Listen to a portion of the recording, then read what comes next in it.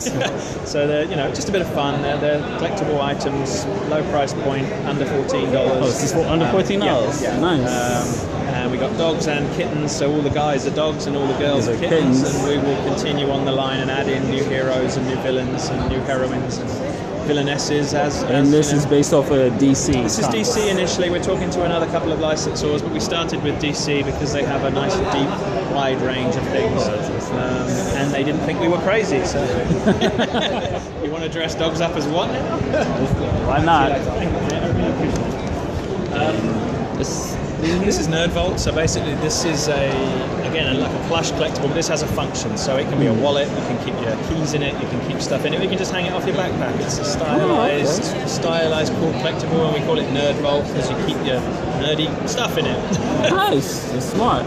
And continuing on the theme, Nerd Vision. So this is for VR headset users. These are graphics that you apply to the front of your VR headset to jazz it up and make you look cool when you're doing YouTube videos. And nice. We have a wide selection of different designs. We've got Universal, we've got DC, we've got all sorts. These are just prototypes, and this one is just designed to show off here. But they're basically a vinyl sticker that can be applied and removed safely, and they will fit all the common brands, HTC Vive, that sort of thing. At the moment, you know, we're a little bit ahead of the market. Some of, you know, I think Oculus Rift still hasn't actually arrived in most people's houses yet, but it will. And we've noticed that people on YouTube film themselves because you can't see it when you're wearing it. But if you're filming yourself, you kind of look like a tool with this on. So it's, you know, you can jazz it up and make it silly. And, you know, who knows? We'll have googly eyes and we'll have Harley Quinn, which is perfect. It's stickers for your VR helmet. That's nice. You know, simple but effective. Then we have SWATs, which is soft weapons and tactics, and the idea behind this is everybody's seen the foam swords and the supposedly safe swords, and my kids brought home one and said, look, you can hit people with it, and then whacked me, and Jesus, those things hurt. So this is plush weaponry, so it's completely flexible, it's perfectly safe, you can poke people, but they have a little added feature, they have sound, and I don't know if you can pick that up, it's a motion sensor, so as you hit with the sword, you can basically have a fight. Again, we start with DC, this is Wonder Woman's sword, this is God Killer from the new Wonder Woman movie. We have Harry Potter wands. For the first time ever, you're going to be able to play Quidditch. We're going to have operating bludgers and golden snitches and quaffles, and we can't make you fly, but you will be able to play a game because you can hit with this and you can actually knock the ball around. That's smart. And you know, I gather people do actually play. There is a real world version of Quidditch.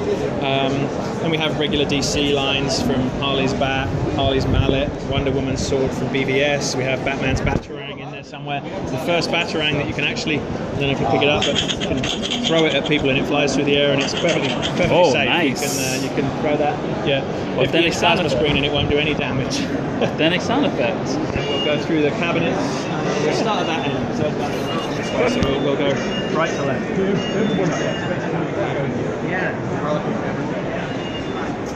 This one's kind of an esoteric thing. I use a cane, and I found that, you know, there are no cool canes. They all look like stuff your grandma uses. So we thought, why not? You know, nerds need cool stuff too. So the idea here is you get a licensed character on a cane, a high quality hardwood cane, but the difference with these is that the heads are interchangeable. You unscrew them, and you can buy all different heads, and you can buy different cane shafts.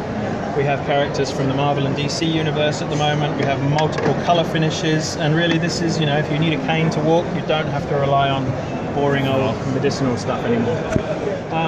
We all used to formerly work at Master Replicas, so prop replicas are in our blood. We do a line of prop replicas. We've got Men in Black items, James Bond, Universal Monsters.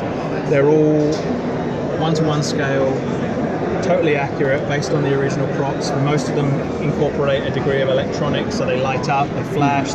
If it does it on screen, it does it in the prop, other than actually neuralize you or blow you across the room in the case of the there's the neuralizer, people. Yeah, that's the awesome. one. You have to forget you've seen it.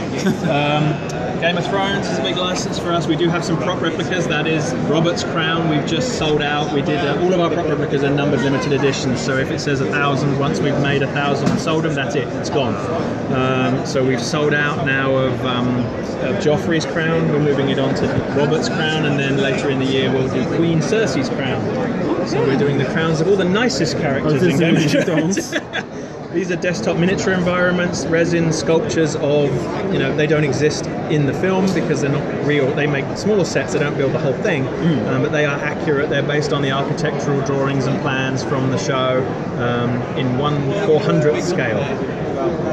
Winterfell on your desktop or Castle Black and the wall, and the reason that one's rotating is because on the back we have the Night's Watch oath written on the back.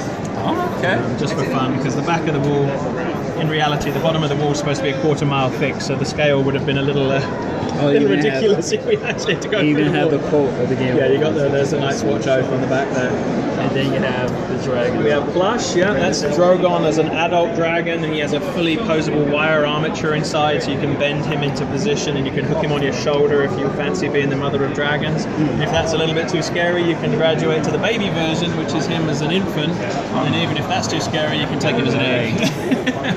Bestseller is the direwolf cubs. We have all 6. They're cute, they're adorable, and this year we're changing them to what we call the lying down or prone pose, because why not?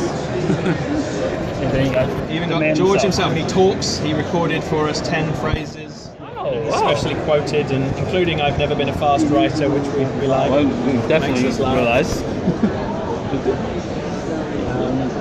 More of the SWATs there. We've got the golden snitches out, which aren't out on display because they'll disappear. And then the first of our metal miniatures. So we tried to bring back.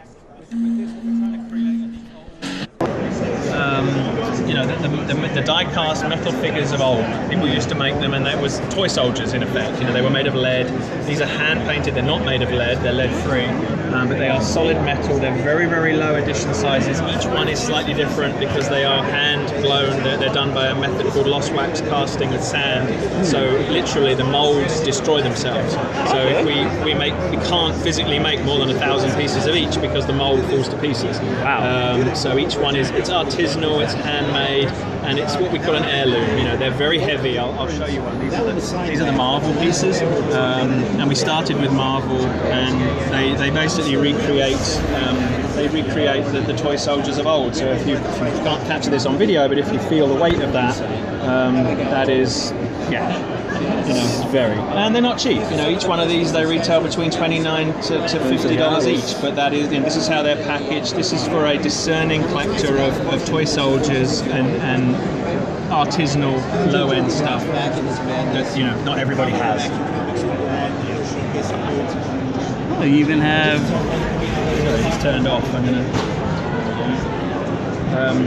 So we have a line of what we call premium motion statues. So basically they're resin or polyvinyl or PVC statues that have an element of motion to them. They're either spring mounted or they're mounted on cantilevers, so they move gently when you touch them. These are all available now. I believe that one is now sold out. Deadpool, close to selling out. We have Groot, we have Captain America, and then new for this year we're moving into. This is actually a motion statue. He moves on there. He's going to quiver as if he's in flight. And then for the first time we're actually bringing in, we call this 360 motion. That is the product. It comes with a rotating electronic base. Let me pull that up. Super high detail. Even Ant-Man is actually riding on the end of the arrow there. You can't see him because he's so tiny. He's literally the size of a grain of rice. Wow, that's crazy.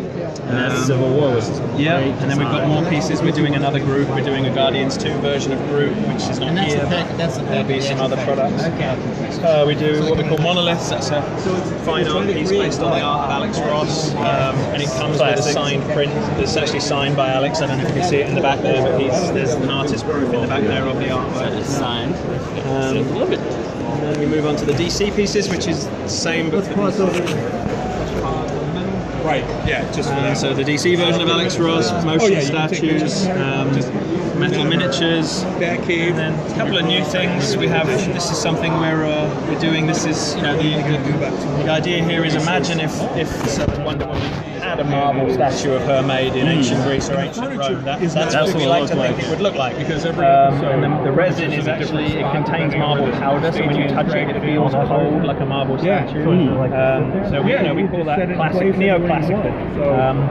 People tell us what people think. If they like the idea, we like to try different things, and it's very hard to see. But if the detail there is all the veining in the marble, and again, because of the way this is made, no two will be the same. The veining will be different on every single one. So this is, we like to say, this is the kind of thing you can have in your house. So people would immediately know you were in it. They might think, oh, is that an ancient? Oh no, it's one. So that's subtle fandom, we call that. Metal miniatures, and then one of our piece de resistance, we took the Game of Thrones idea where we did exteriors, and we said, hey, can we do interiors? And Batman is the result. So I'll let you have a film of that one, because it's got a bunch of detail in there. It's got lights, the turntable turns. That's our first set of miniatures, metal miniatures from DC. That's awesome.